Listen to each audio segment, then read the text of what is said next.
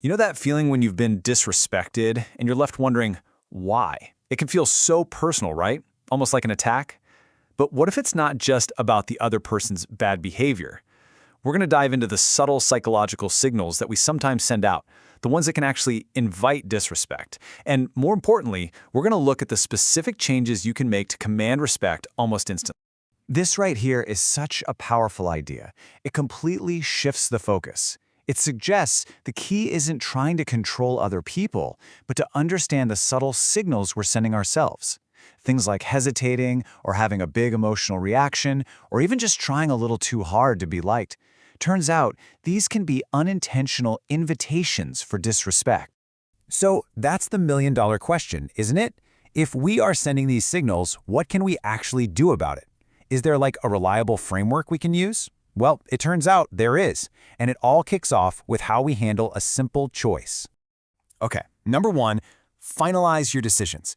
Now, this sounds super simple, but the real power comes from what you stop doing. You stop over-explaining everything. The whole goal is to treat your decision as final, not like it's the opening bid in some negotiation. So, why do we even do this in the first place? Well, it seems to be tied to what psychologists call approval-seeking behavior. It's this deep-down need for other people to say, yeah, that's a good choice, before we can feel secure in it ourselves. But the irony is, seeking that approval is the very thing that can totally undermine our authority. Now check this out, because this is where the gap between our intention and their perception is huge. You think you're providing clarity, you're being transparent, helping them understand your reasoning, but what they hear is weakness. They see every single reason you give as a point they can argue against. You're trying to close the conversation, but you're actually just handing them the keys to open it right back up. And that leads us perfectly into the second principle, controlling your reactions. Just think about it for a second. Disrespectful behavior is often designed to get a rise out of you. So when you react with anger or frustration, you're basically handing them control of your emotional state. The powerful alternative is to consciously replace that emotion with calm. And this is exactly what that looks like in practice. These aren't suggestions, they are declarations. They are so simple and so direct. There's no anger here, no pleading, just clear, solid information. And the key is that they are conversation enders, not conversation starters. So what's really going on here, psychologically? Well, distance creates respect. By responding calmly, you create this psychological space between you and the other person. And you know what? That space is perceived as authority. You're not getting down in the mud and engaging in the conflict, you're observing it from a place of control. And that sense of control brings us right to our third principle, managing your space. Now this is all about setting boundaries, but maybe not in the way you usually think about it. The biggest mistake we make is treating a boundary like it's a topic up for discussion. It's not. The most effective way to do this is just two simple steps. First, you state the boundary. You do it clearly, you do it calmly, and you do it only one time.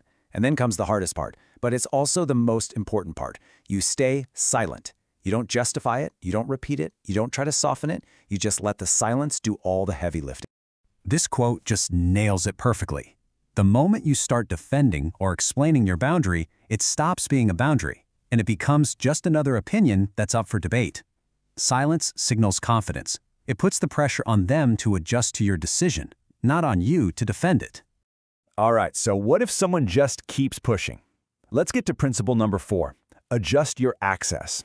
See, people who are highly respected don't waste their energy arguing for fairness or demanding better treatment.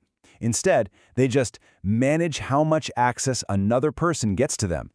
This is actually a form of what psychologists call behavioral conditioning. Think about it. Every time someone is disrespectful and we still give them our full time and attention, we're basically rewarding that behavior without even realizing it. We're teaching them that there are no consequences. Reducing your access is how you finally introduce that consequence. So what does reducing access actually look like? Well, it could mean shorter conversations. It might mean you're just not as available as you used to be. And really importantly, it means investing less of your emotional energy in their drama. And the amazing thing is, either their behavior changes because they value your time, or the disrespectful person just kind of fades out of your life. Either way, you get your peace back. And that brings us to the fifth and final principle. And honestly, this is the one that holds everything else together. Consistency. You can do all of the first 4 things perfectly, but if you only do them some of the time, they just won't work. And this is the real test, right? People will often respect your boundaries in public, but then they'll test them again in private. Or they'll be great for a week, and then they'll try the old behavior again just to see if you were serious. The moment you let a boundary slide, even once, that old dynamic comes rushing right back in. You see, it all comes down to this. Respect is built on predictability. When people learn that your response is always going to be calm, firm, and unwavering, they eventually stop testing you. It just becomes a waste of their energy to push against a boundary that they know will never, ever move. So if you take just one thing away from all of this, let it be this mantra right here. Say less, stop over-explaining. Mean more, let your actions and your powerful silence do the talking for you. And stand still, be consistent and unmoving in your decisions. I'm telling you, this shift alone changes absolutely everything. So I'll leave you with this to think about. Looking back at these ideas, what's the harder one for you personally? Is it staying silent when you're just dying to explain yourself? Or is it the act of actually pulling back and removing access from someone? Knowing which one is your biggest challenge, well, that's the first step to changing the dynamic for good.